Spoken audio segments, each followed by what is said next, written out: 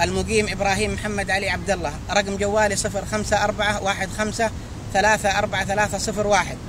أناشد سيدي مقام خادم الحرمين الشريفين الملك سلمان بن عبد العزيز، كما نصرنا في بلدنا اليمن، كما نصر ملايين اليمنيين، أنا أستنصر بالله أن ينصرني. ولدي أولد في هذا المستشفى، مستشفى الظافر، مشروع الأمير فواز بمحافظة جدة،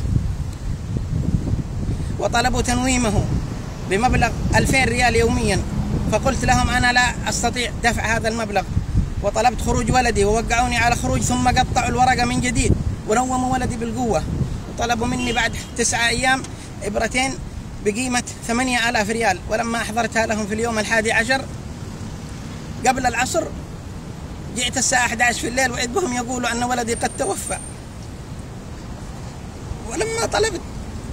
ولما طلبت جثة ولدي رفضوا أن يعطوني من قبل رمضان ب4 أيام إلى الآن 13 شوال 1436 رافضين أن يسلموا جثة ولدي. وأنا ما وقفت هنا يا سلمان الحزم والعدل إلا بعد أن استنفدت كامل الطرق القانونية، ولا أدري إلى أين أذهب. أسألك بالله أنك تنصرني، أسألك بالله. السلام عليكم ورحمة الله وبركاته.